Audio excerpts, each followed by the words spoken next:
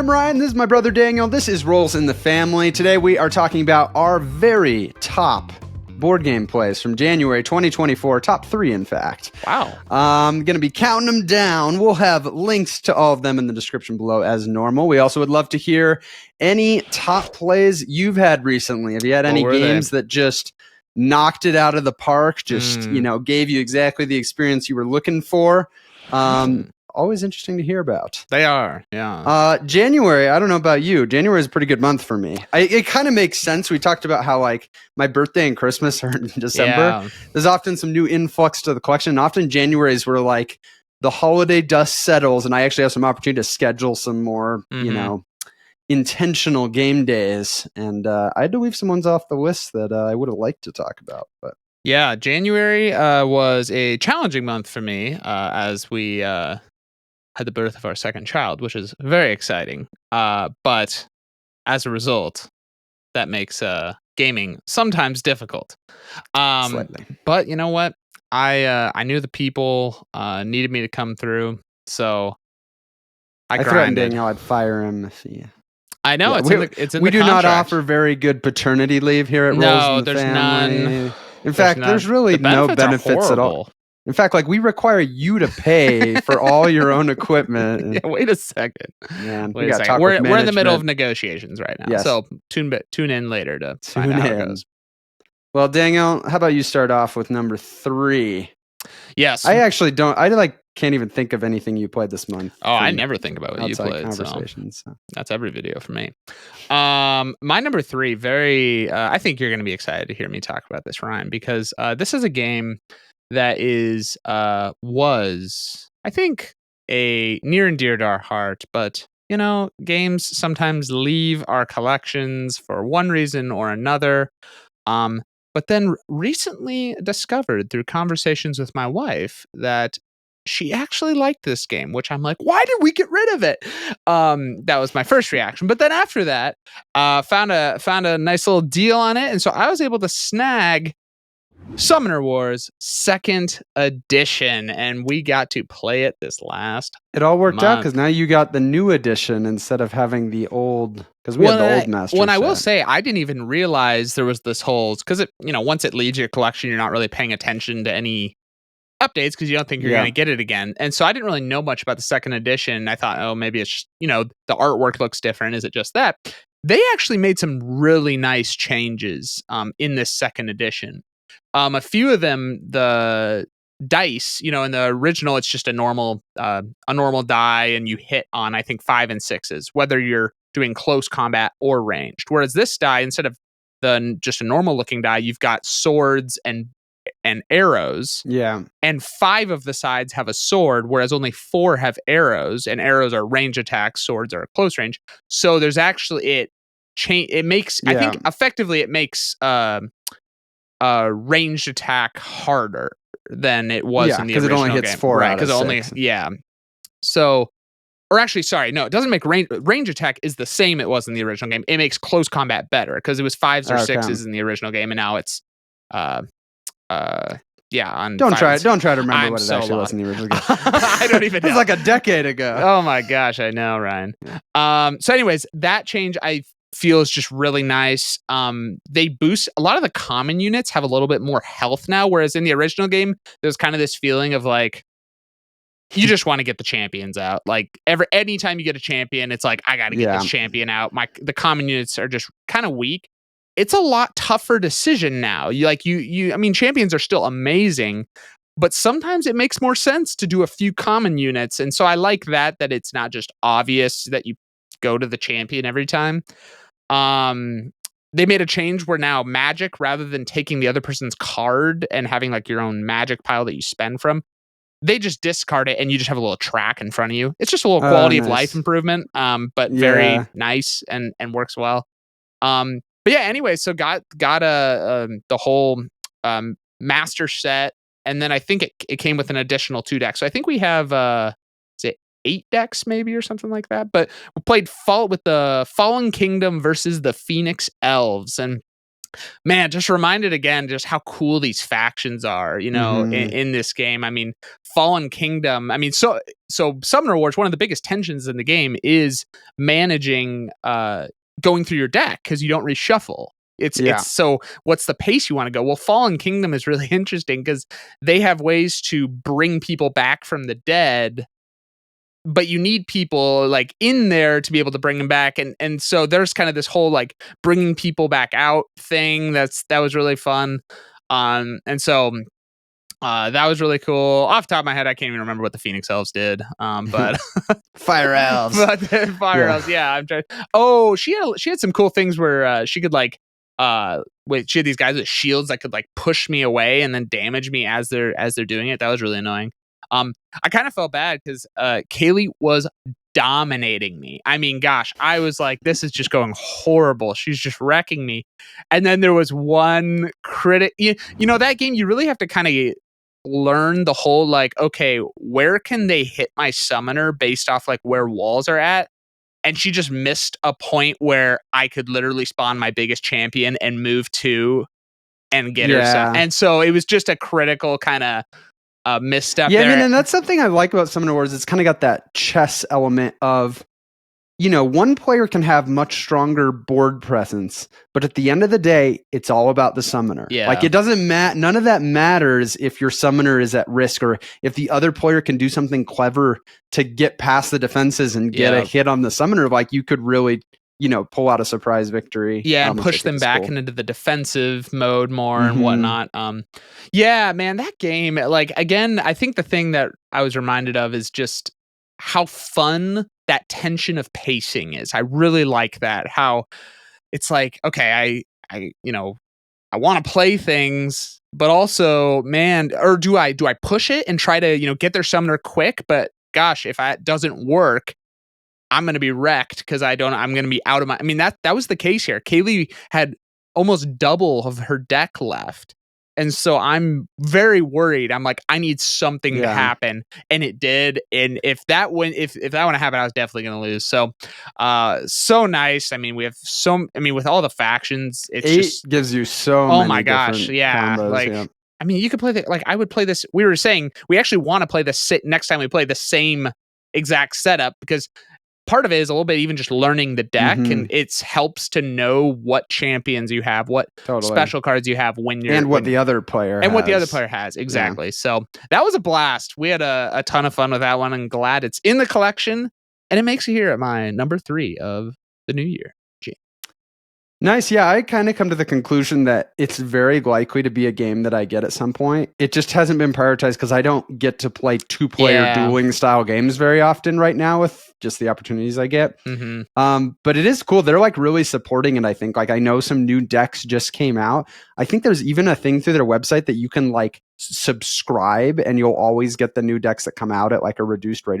So obviously if they're doing a subscription model, why would you tell me this? Yeah. You sick but obviously that implies that they're planning to consistently release new factions. That's good and also bad. So yes. Yeah, just what we need. Somewhere else to throw our money. Oh my gosh! Someday they're just gonna be. I'm gonna pop on the video, and I'm just like, sitting outside because I had to, sell my home because we have on the docket of potential videos this year to do a list of games we've spent the most money on. Oh no, Ryan! So drop in the comments if you think that's a list you want to see. Me like that. We're gonna expose ourselves on the channel. Oh, I already maybe know we'll what prioritize that. But okay, well. Yeah.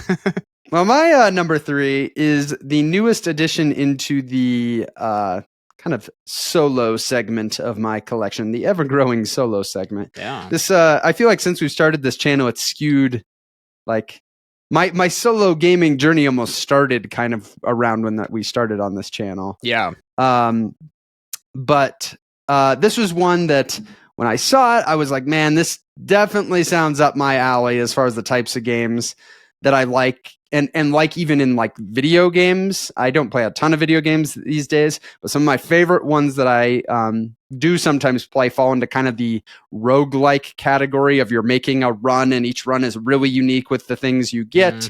One of the games I enjoy playing is Slay the Spire. Very this good, is heavily did I emphasize heavily inspired by Slay the Spire? Wait, did you get Slay the Spire the board try to game? hide it? Yeah, I did not. That one's also very heavily inspired. I'm like, no, that is heavily inspired. This is Paperback Adventures. And this is a sequel to Paperback, which was basically take Dominion deck building and make it a word game where you're trying to spell words and get different effects, which I enjoy that one as well. It's one that I only ever play with my older brother and my mom because they're the two people in my life that like that word games. I don't like that. We'll pull it out, once a year. I played it once. But Paperback Adventures literally is like Slay the Spire, the word game. It really keeps a lot of the same DNA of, you've got this unique character, your fight at any given time, you're doing a battle against someone, the attacks that enemy is going to do next. So it's got kind of that perfect information. And then you from your deck are forming a word to be your attack for the turn. But there's some very interesting decision points. One is that all of the cards have symbols on both sides of the card. And so when you make your word, you have to decide to either splay it right or splay it left. And that's going to change whether you're using all the left sides of the cards or the right sides of the cards. Usually it's like splaying right is going to be more attacking and splaying left is going to be more defense. But that's an interesting decision point. But then whatever card ends up being on top is the one that's going to trigger its special ability. And every card in your deck has some kind of triggered ability. So that becomes a very interesting decision. And honestly, the game is less about, here's a bunch of letters, make a big word. Usually when you draw your cards and your starting hand size is only 4. So you're getting like 4 cards and you have like a wild and a vowel. But usually it's like, okay, which of these abilities would help me most right now? Okay, if I want to use this ability, I need it to be the top card. And I needing to attack more or defend more. Okay, if I need to defend more for this to be the top, it needs to be the last letter in the word. So just kind of like, you kind of come at it from a strategy first perspective of like, not even thinking about the words, like, what do I need to make happen, to survive in this fight? And then that kind of creates a little puzzle of like, okay, how can I now create a word that's gonna meet that? And so I've played this a few times. To do a full run kind of through the 3 acts has taken me probably around an hour and a half. So it's not a short game. You can technically like save your progress. But specifically the one that I'm going to call out here was just a really fun one. I ended up winning, which maybe is part of the reason it was more fun. But I was playing as now I'm going to mix up my games because I've played since here. It's okay. But I was playing no one knows. You can just say whatever. No one knows. I got to look at my notes here. Wow. So I was playing as the damsel. That's one of the characters. And let's see. It looks like I had a forbidden tome that I should have taken better notes here. This is meaning nothing to me. It's meaning nothing to me either. Yeah, let's just not worry about the notes. But I do remember that the final turn. This is why I don't take notes. Yeah. I should have read these before we started. I remember the final turn against the boss. It was like I was going to go for the final hit, and I had played something on the previous turn that was going to let me draw more cards on my next turn. And so I got to draw 6, and the 6 that I drew, I was able to do the word squirt. Which the Q in it, like Q's and Z's and those types of ones tend to be really strong ones. And it was just like a perfect like finishing, and it was just very funny. Like it's like as you spell these funny words to do this. But yeah, I'm really, really enjoying it. It's obviously a very different feel from any other solo game I have because of the emphasis on word building, but also that roguelike feel, and you're getting these items every game that really change up the feel of how it went. Another really interesting decision point is the fact that whenever you make a word, whatever that top letter was gets fatigued out of your deck, so you don't have it for the rest of the battle. So every word you make, you're kind of losing a card, and that's kind of how you would lose the game, is either your health drops to 0 or your deck runs out before you defeat the enemy. So I really, really am liking the decision space here. I did get the full. It's similar to Final Girl in that it's like you get the core box, but then you have to get like character boxes to actually play, and you pick a character to play. So I got the full content that's out right now with the 3 characters. But yeah, it's good stuff. Actually, even if you're not into word games, it's really a smaller percentage of this compared to other word games. And usually you're working with pretty small words. It's not like you're trying to come up with these crazy things. Right. But one I'm definitely excited to play more. Might be a little hard to play consistently just because my solo blocks don't tend to be an hour and a half to 2 hours. Right. But when I have the opportunity, definitely one I'd like to get the table more. Not one that Daniel's likely to ever play. In fact, no, Daniel's just on his phone over there. He's like, man, actually, I got a notification that your wife just subscribed to our YouTube channel. So shout out, Mary. So wait, she wasn't subscribed to our YouTube channel? I don't know, unless there's an impersonator of Mary. She's got like 4 YouTube channels. So well, one of them just subscribes. So I was glad we caught it. Caught her in the act. Yep, yeah, that's right. Got it.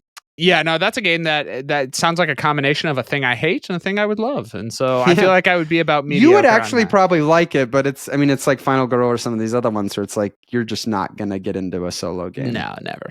So. Very nice. Well, that sounds cool. That was this last month you got that one?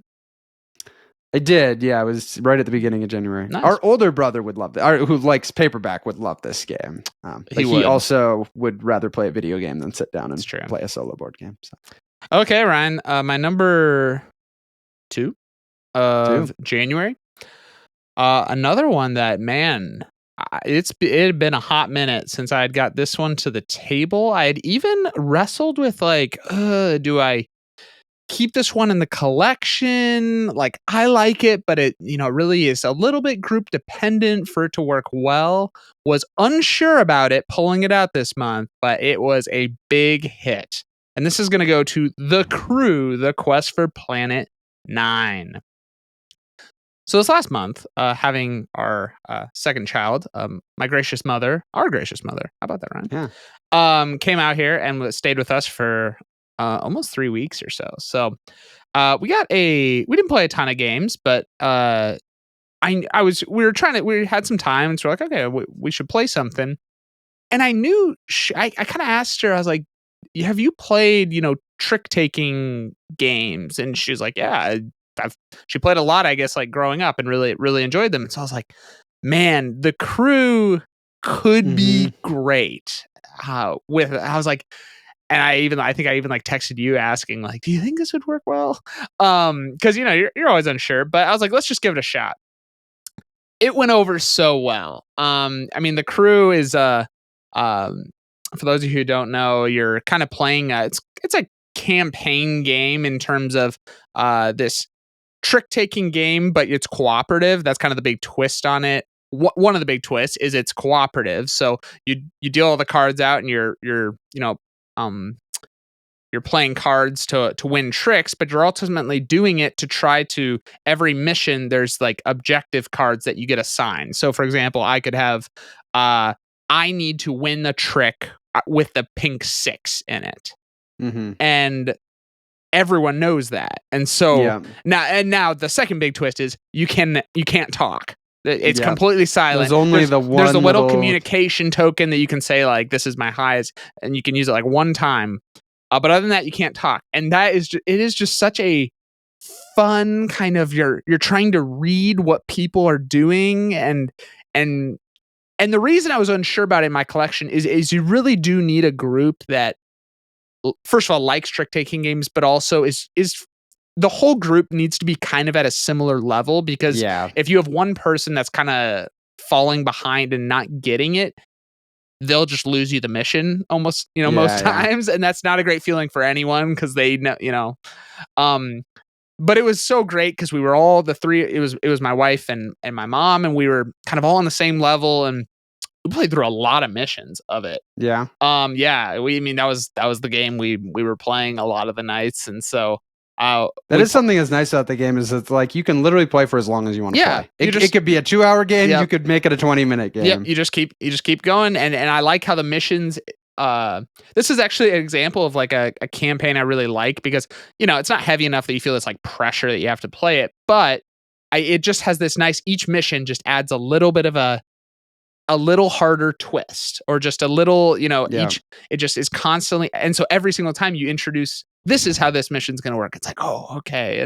And whatnot. And so, Yeah, had an absolute blast with it, man. That's we obviously like. I think we like trick taking games. I mean, Tichu being a huge one. That one is Tichu isn't really Tichu's like climbing. It's not climbing. Technically trick taking, but that whole like broader genre of those types of card games. Yeah. So it's. I was reminded again. That game, when you have the right group, is a ton of fun. And I know, Ryan, you've mentioned that they have, what's the new one called? Mission Deep Sea, which I've been at the tension of like, man, do I just sell the crew and get Deep Sea? Because the thing about Mission Deep Sea how much, is, okay, give it away for free, whatever you want me to do, Darren. But Mission Deep Sea, instead of having like the campaign of missions, it instead like has a system for generating unique missions, which is really great. And it like I think adds just some more creativity in what could be in that generation. So I like know that that's probably the one I want long term because it allows you to. It no longer needs to be this. Do I have my campaign group or do I want to start? Like you can just pull it out and play it. That said, I do kind of like the dynamic of the campaign of this like escalation and like doing it with the same group is fun. But I have to be honest, I haven't played the crew hardly at all in the last however long because I just haven't really had the groups that I started. Yeah. I have like 3 different campaigns and I haven't had any of them really. Yeah. Whereas maybe with the new one, you're more open to just pulling it out at the end of the night. In fact, at least one person in all 3 of my campaigns is currently not living in the state. So like the odds are like very low. You are one of them. Yes. So I do think I want to get Mission Deep Sea. It's just a question: do I keep the crew as like maybe that would come up in the future? Fair enough. Or do I just replace it? But yeah, it's such a fascinating design of like what if trick taking was cooperative and they just kind of explored that space. I know it was fun to watch my mom. 'Cause everyone has this when you start playing it because you kind of okay, I understand. You think you understand it. Like I need to get this person this card, but then you like think through all the like input. Okay, wait. So if I do I want to take that objective? Well, if it's a low card. No, if I have that card, like if I have the blue 2, I don't want to take the blue 2 objective to win, because you need to win it, and so it's. But sometimes it's funny because you draft those objectives, so sometimes the last person is like, "Why did you guys leave me with this one?" I know, which is fun. It's definitely one of those games that has layers of like group strategy that you unravel. Yeah. Because you start to realize like how much you can actually tell with that one clue that you give and like when is the right time to use it. But then there's times where it's like, hey, that person hasn't used it yet. What does that tell me about their hand? The fact that they've chosen not to do it yet. And like, it's just like these layers of and like, even sometimes the card you play, like totally the card you play, it's like, because you did that and you haven't clued like that at least rules out this scenario. Because if this had been the scenario, you would have clued that this or you think it does. And then they that's where to your point, you really do want that even group. Because otherwise you get to the end and you realize none of your assumptions were true because the person like really wasn't playing very optimally.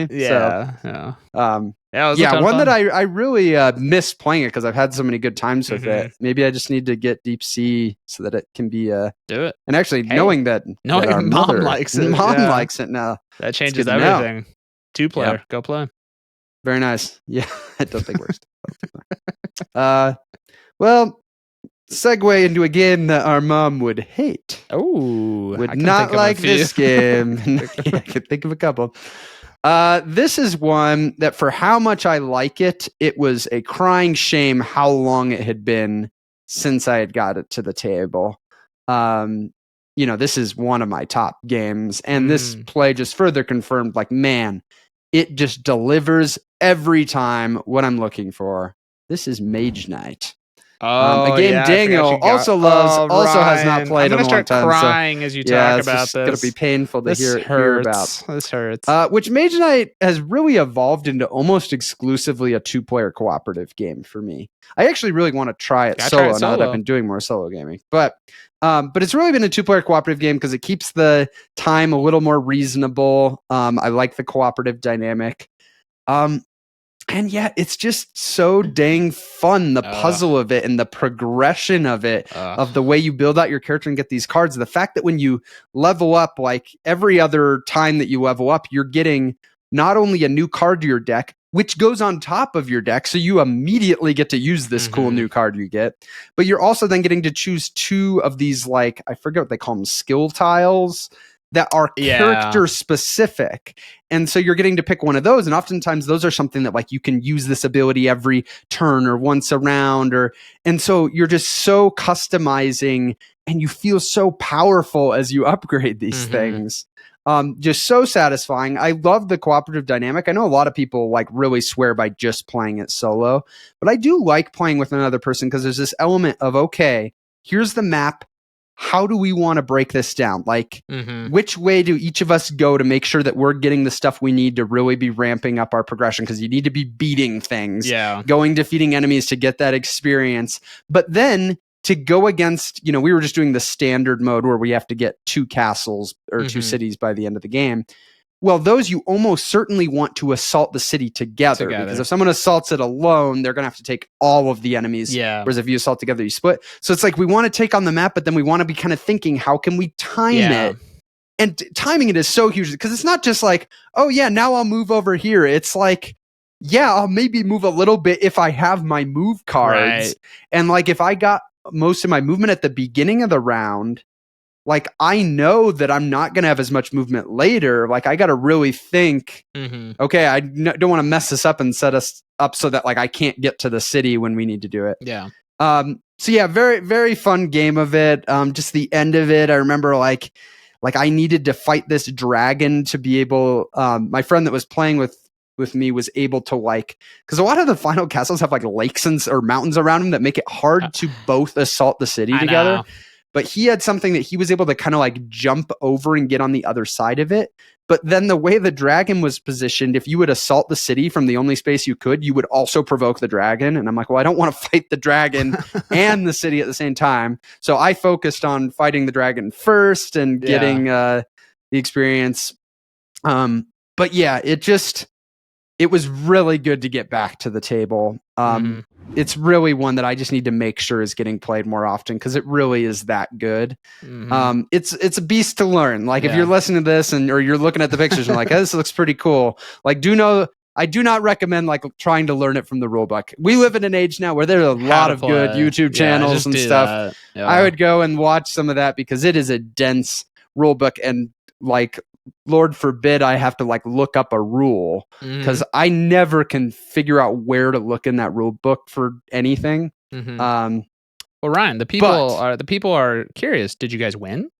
We did. We heard you got to. Okay, we heard you got to the castle. There was so much suspense. Yes. I was waiting. No, I like you said, and I can't think of another game where it gives you this feeling. I love that whole arc of like we come out together. But then this like, okay, we kind of go off on our own adventures, and you feel it like you feel that like I'm off by myself and I'm going to go do this and I'm going to go upgrade here. And then the ending is like the culmination of what we've all individually. You've come so far. Like we're all trying to get stronger so we can come and meet together at the end for this awesome, climax. And that's so cool that and just whole arc. You just feel it as you're playing the fun of it. So yeah, and there's so many different parts that customize how you're progressing because there's your deck and the new like advanced actions you're getting, but then you can also get spells into your deck, or you can get an artifact into your deck. I had some artifact because the thing with artifacts is that you can use them for the normal ability, or you can completely get rid of them to do like the mega ability. And since we don't care about score or anything at the end of the game, why not just get rid of our artifacts? And so like all of that, but then on top of that, you're getting those skill tiles that are very specific, they're specific to your character. So you're getting more of the feel of your character, but then there's also the units. You get the slots that you can draft units. I actually this time had the magic familiars that when you get them, you have to spend a mana crystal to set the color, and that makes that ability stronger. Like they have an ability for each color. But then at the end of every day or night, you have to spend a crystal to keep them. Otherwise, you don't get to keep them. So they're kind of expensive to keep around, but they're also so good. And I don't know that I'd ever really used them before. So, having a lot of the content for Mage Knight, it's just every game plays out differently. Yeah, Mage Knight probably is does the best at what we desire in a cooperative game of making you feel incredible, like growing, get incredibly powerful, while also having the challenge feel really big. Like totally. Whenever we get to that final castle, I'm like, how in the world are we gonna beat this? Yeah. But then you're like, oh my gosh, we're so strong. And it's like and so those two things coming together is just, and then you pull beautiful. It off and you beat them. And then 5 minutes later, Ryan realizes that we forgot to apply the castle color We've ability. Done that so many times. That's like the most common mistake is like each castle color has something that like every, physical attacker here gets poison or something. And I always forget Ryan just kills the ending because then we're like, oh my gosh, sad. we lost. So. And that last thing is hard too because you get to pick how many you want to split. So if there's like 5 enemies in the city, it's like one of us can take 3 and one of us can take 2, but you don't get to pick which ones. So it's randomized. So it's like I could take 3, but if it ends up being the 3, I'm done. White, those stronger ones, it's going to be really hard.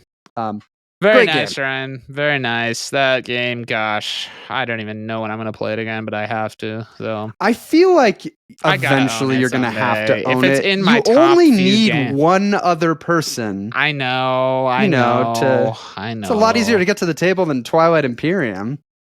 That is true, and I got Twilight Imperium to the table twice last year. So there you go. Okay, Ryan, coming around to my number 1. A newly acquired game to my collection, but not new to us. A game you own, a game that I always said, I gotta own this game. And the right deal came up, locally. And a game that I was very excited about this deal because it is difficult to get now because I'm not even sure they're making it anymore.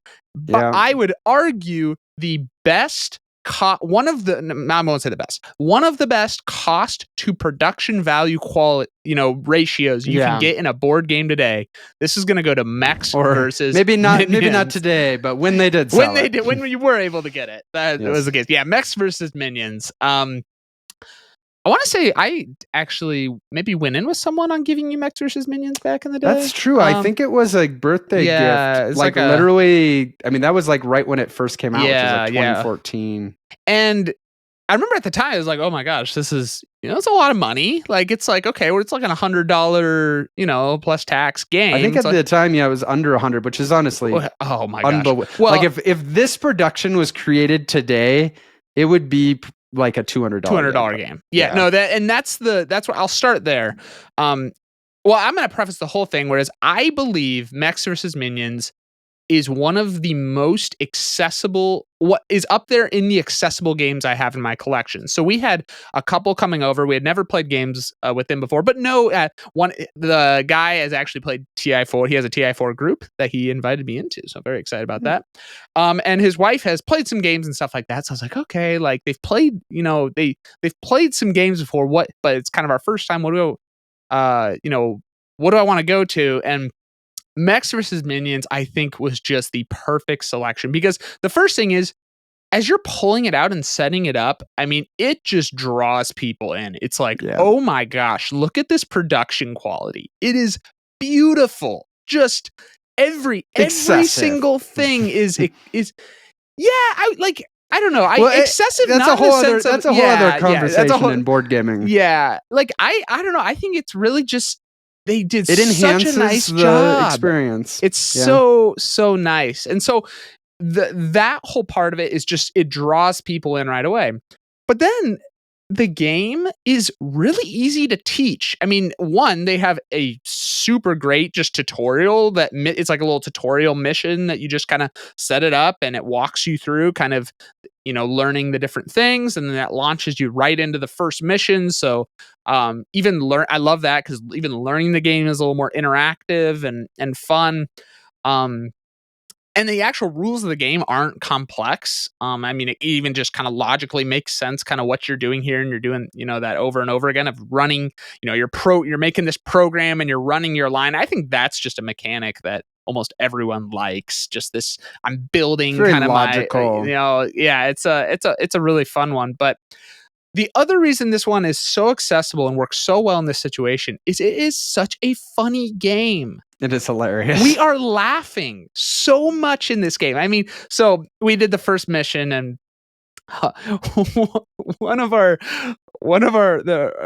friends who was with us playing, so she got some damage, which was causing her to like, she got way behind. Like, we're way forward fighting all these people, and she's just like having all the sorts of trouble. And she it's really the best design decision in this game is totally. Damage is cards that make you malfunction. Yeah, they're malfunctions. So suddenly you're gonna, and do all these weird things, but you have to learn to like work with it. And so she was really, the way the drafting was going, and we probably could have done a better job of this, she wasn't able to really get any move cards. So she's like stuck way behind us.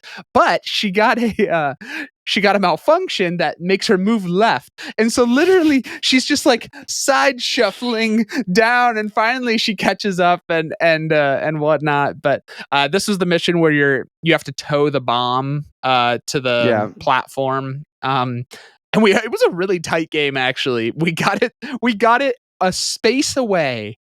But it's sometimes not easy to manipulate your mechs when you've got damage, and like 3 of us, and finally she got here as well. We're all around the bomb. We're like, how do we get this dang thing on there? And without it getting, all the minions are running after it. Gosh, it almost feels like a party game as you're playing it. Like it's in terms of cooperative games, I mean, we're laughing. It's just so enjoyable.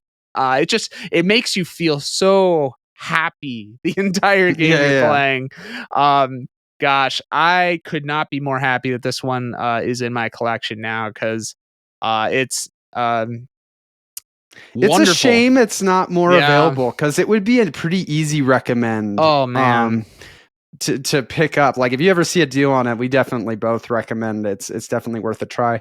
And I found that it's actually nice to have a big production that is a game you can bring out with just about anybody, because so many times the big cool productions are like reserved for these like heavy campaign. So there's like a subset of my gaming group that gets to like experience, because there's just a joy that comes with playing with this really nice production. Well, that's why you backed Foundations of Rome. That's really one of the big appeals of Foundations of Rome. I haven't played it yet, so we'll see if you might hate it, but if I like it. But just a wonderful design across. I mean, really, I don't have much complaints with it. I mean, maybe like maybe if there was a world where, similar to like The Crew, where it could like randomly generate missions versus being like but I haven't even played all of the and you get to the point where you kind of know, like, it's not like you have to do the first one for a new group. There's several that would work well with a new group. So it was a blast, absolute blast. And, I mean, to your point with it being funny, I mean, I remember probably one of the hardest I've laughed in board games was with Mechs vs. Minions, because we were playing the one where, to end the game, all players have to be in the final row, like when the round ends. And we like were crushing the game. We get right to the end, and then it was like 5 rounds of almost doing it, but someone would like malfunction out, and then that person would find a way to get back, but the other person, because of how their thing ran, like couldn't. And it was so funny to watch us bumble around like idiots, not able to like get the final configuration, and we lost despite getting there so early. It's the combination of doing well, you feel like powerful, and when you're malfunctioning like crazy, it's just hilarious. So there's like bad guys. I killed like 14 minions, but I'm not where I meant to be. I know. It's a fun one. I'm glad you were able to find it, because it's one that I knew you probably it was always on my wish list. So there you go. And found it at a reasonable price. Daniel didn't pay $200 on eBay for it, so I did not. There you go.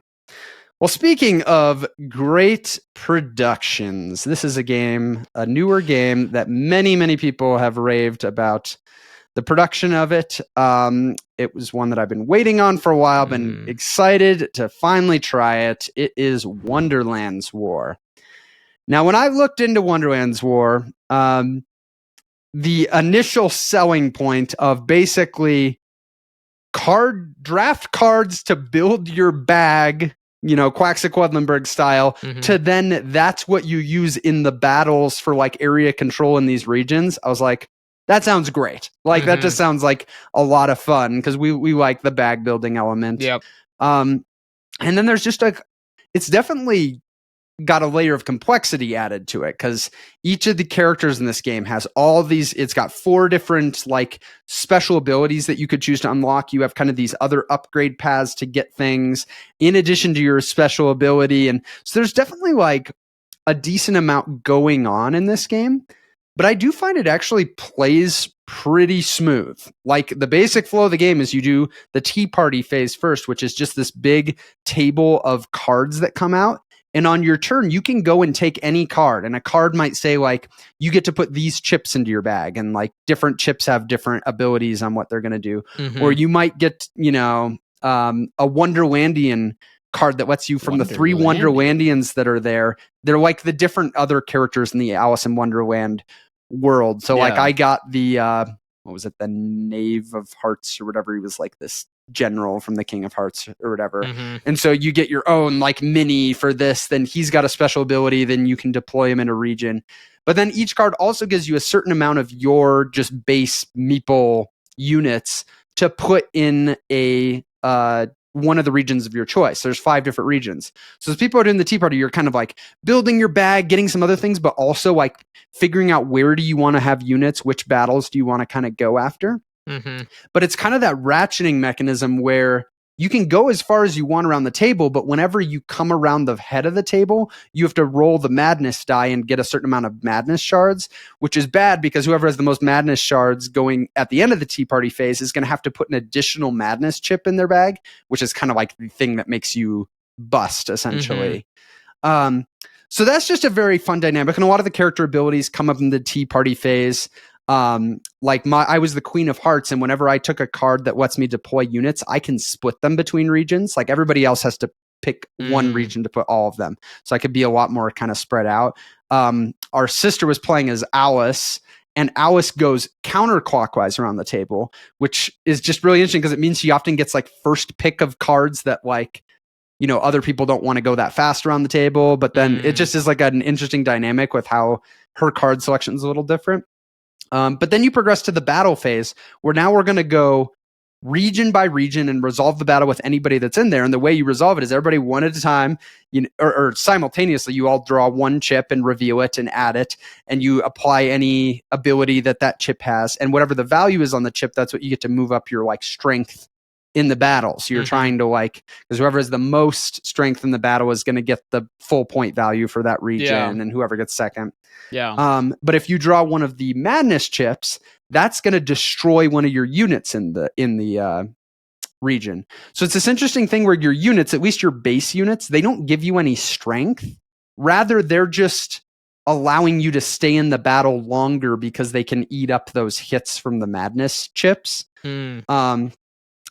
But it's also interesting because, at the end, you can choose to stop at any time. And any units you have left over will persist to the next round. So they'll stick around. So you got to kind of decide how hard you want to go. Because if you draw madness and it destroys your last unit, your strength goes to 0 and you're ineligible to win the region. And then if you win the region, you get the points, but also get to put a castle there, which for future rounds gives strength and scores points at the end of the game. Dang, is this like Quacks of Quedlinburg meets Ethnos? Is that the maybe a little bit? You sound like winning regions, area control. The region scoring is similar to Ethnos. That would be the most. That's the only. Like the way they have it by round. Yeah. But yeah, it was so. We were playing a 4-player game, and this is just one of those games that's just like pure fun. Like almost everything you're doing in the game is just fun. Like going around the table and picking a card that's always giving you good things is just fun. Getting to on your own character, like some of the cards might let you unlock one of those character abilities. And it's like, which of these character abilities do I want? That's fun. The actual battles of doing the drawing from the bag and like you wanting to see if like, you get your chips in the right order and like, ooh, I want to get this chip after this chip, ideally. is really fun. I mentioned the Wonderlandians. It's super fun to get your own unique thing that has its own unique ability. I mentioned the Knave of Hearts. Mm-hmm. His thing was every time we all revealed, if anybody else had a higher number than the one I just revealed, I got to like add one to it. So, it's just like helps me in that battle. Yeah. You also get to put your actual character. So like the Queen of Hearts, when you finish the tea party, you pick a region to drop your leader in, and it'll contribute whatever your leader's current strength is. And I ended up actually getting ability with the Queen of Hearts that I unlocked, that when she lands there, she does off with their heads, and like everybody else in that region has to lose a person when I drop her in. And so there's a lot going on, and I have to admit, like, I didn't know all of what the Cheshire Cat over there was doing with the upgrades, because it's, a lot to keep track of, though I can see playing this game more, it'll be fun once you kind of feel like you kind of know the different factions. Yeah. But yeah, just a really good time. I mean, it's not a short game. It was a first play, and it was 4 players. It was probably almost 2.5 hours. Flew by, though. I don't think anybody felt like it was long, and just so much pure fun. You're getting these quest cards that like have you wanting to do certain things, and sometimes a lot of times they affect individual battles. Like it may say, in this specific region, end the battle with a strength of 6 on the track, and so I might like be fine when I get to 6, but decide to stop because I actually want to score this quest card, and maybe I save my bag for the next region, because your bag doesn't automatically refresh. So there's a little bit of like, am I leaving my bag in a good place for the next region? A lot to like here. I think it's a game you would likely enjoy. I need to play it more. The production is, I have the nice like clay chips that are just, chunky in the bag. And everything is, it's pretty lavish. The production. Yeah, that does sound interesting. I wasn't sure with the. You said area control at first. Sounds like it. Does that sound like something Ryan would like? I don't know. But I suppose that's because it's like it's kind of direct conflict, in that you're fighting over the same thing, but it doesn't. Ryan. But it doesn't feel like direct conflict because it's friendly. Like conflict. The only way my units die is from my own pushing of my luck with my bag. Oh, okay. It's more like we're all performing in the region, and who's going to do the best. It's like a talent show. There's some other abilities that can come into play. Very nice. But yeah, fascinating design. I haven't really played anything like it. It's kind of a mismatch of a lot of modern mechanisms. Like, you look at any one thing and you can be like, oh, I can see where it may have got that from another game.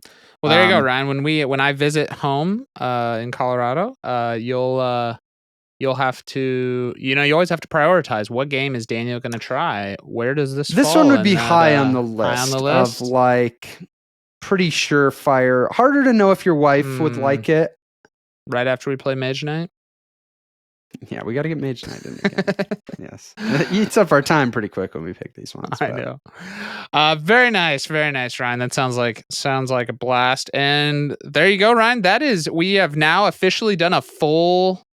Well, I guess this is we've already done a full year of these. We started back in January 2023 of our top plays. First video. But our first video in 2024. So there you go. Our top plays of January 2024. Hey, thanks for watching. If you enjoy videos like this where we're talking about our top plays, we actually have a whole playlist of them. We've got, I think, 12 from the previous year that you could go back and look. You might even be able to tell from the thumbnails what games we might be talking about, maybe find some that you want to hear our thoughts on. Otherwise, we have another video here you can check out, and we will see you in the next one.